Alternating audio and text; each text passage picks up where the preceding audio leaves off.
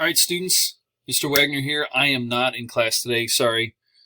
You guys probably figured out I'm not here.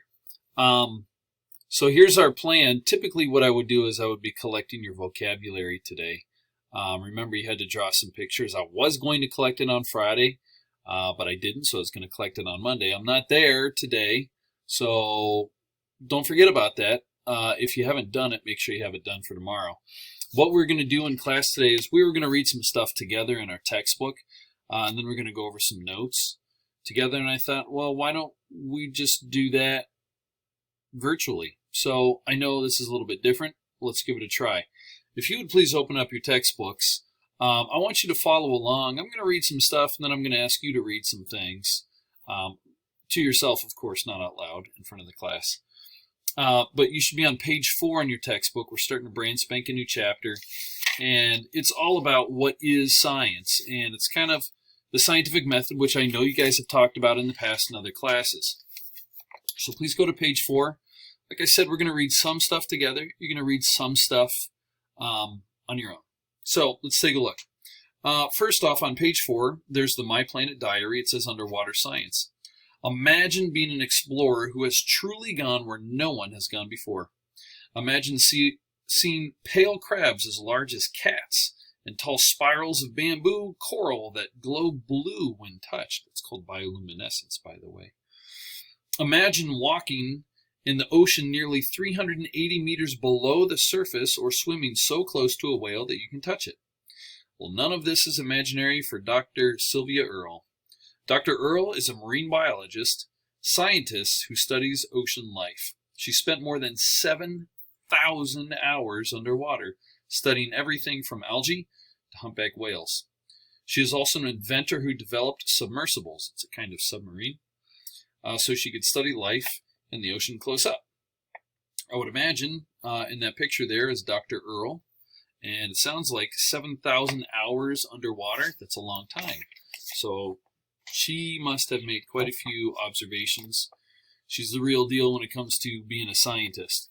So if we pick up on page 5, I'm going to read this with you, and then I'm going to have you read some stuff on your own a little bit. But it says, what are the skills of science? We're on page 5. By the way, it says Dr. Earl, and you should follow along in your textbook too. So please make sure you have your textbook open, and let's follow along. If you need to, you can pause the video at some point if you get a little bit lost.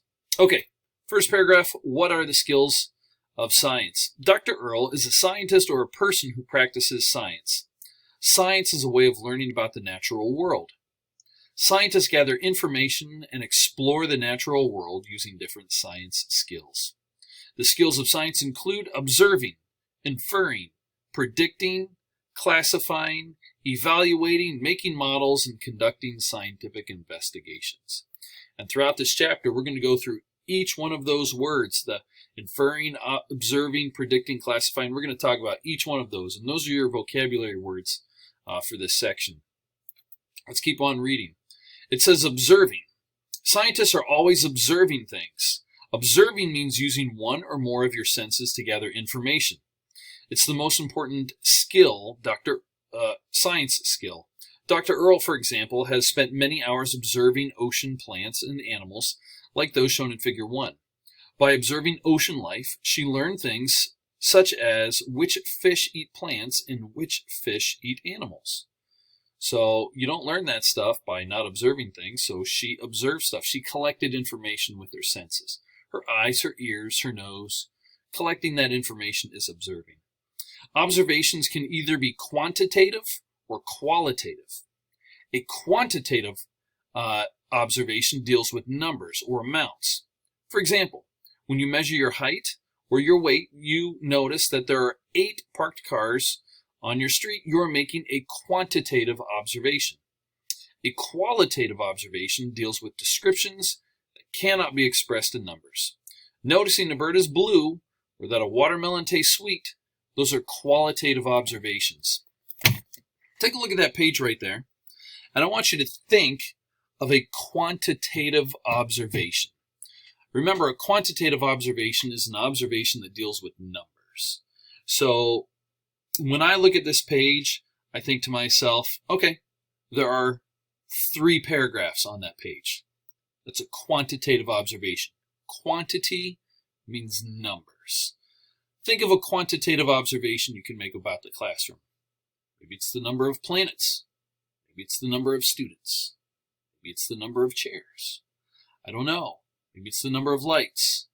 If you are quantifying something, if you're using a number to describe it, that is a quantitative observation. A qualitative observation deals with the quality of something. For example, if I make a qualitative observation about page 5, I would say that the background is blue. There's a quality of the page. You can make a qualitative observation about the classroom. Maybe it stinks right now in the classroom. Maybe it's really bright. Maybe it's loud.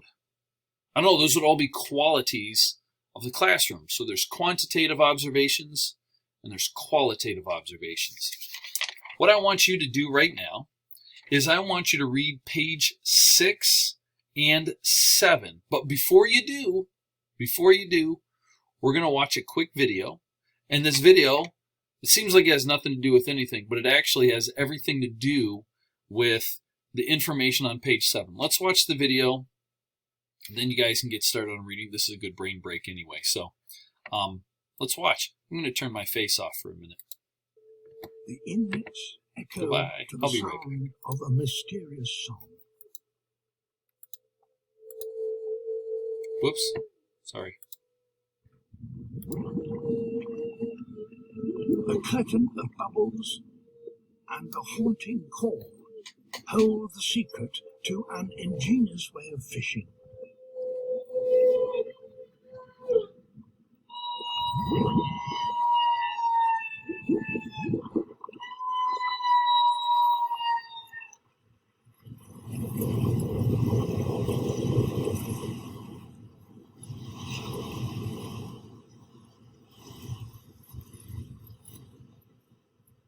This is bubble net feeding.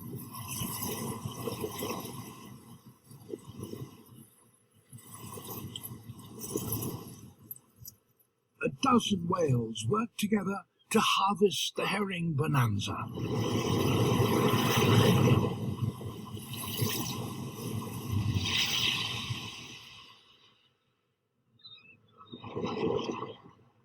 Such fishing requires an extraordinary level of intelligence and cooperation.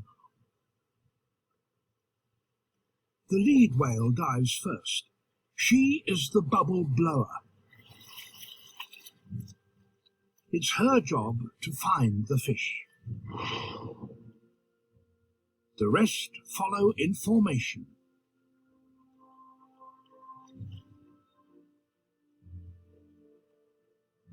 Each takes exactly the same position in every lunge.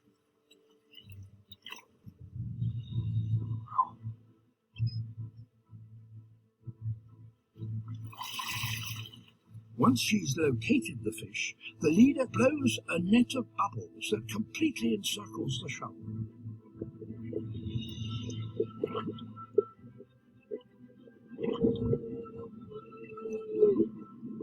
Another whale calls to synchronize the group.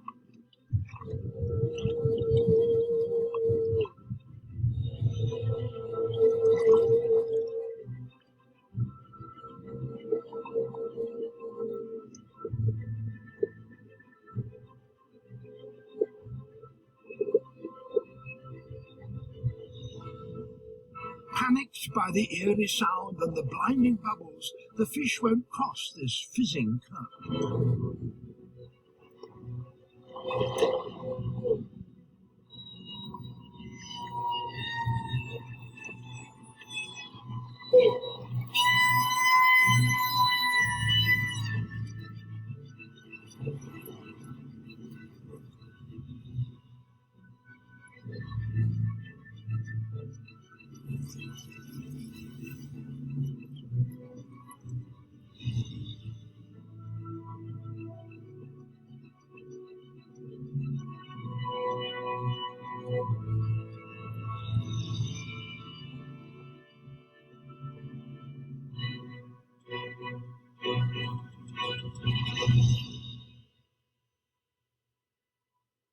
As few as 100 humpbacks have learned how to feed as a team like this.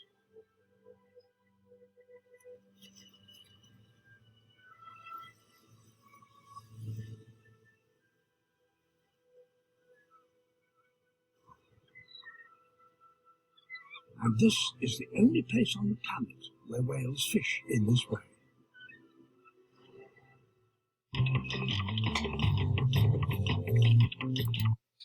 Okay. I'm back, students. I'm back. So what I want you to do right now is I want you to read all of page 6 and all of page 7. So if you would read those to yourself, not out loud. And then once you're done reading those things, I actually have an assignment for you. And your assignment is about observations and inferences.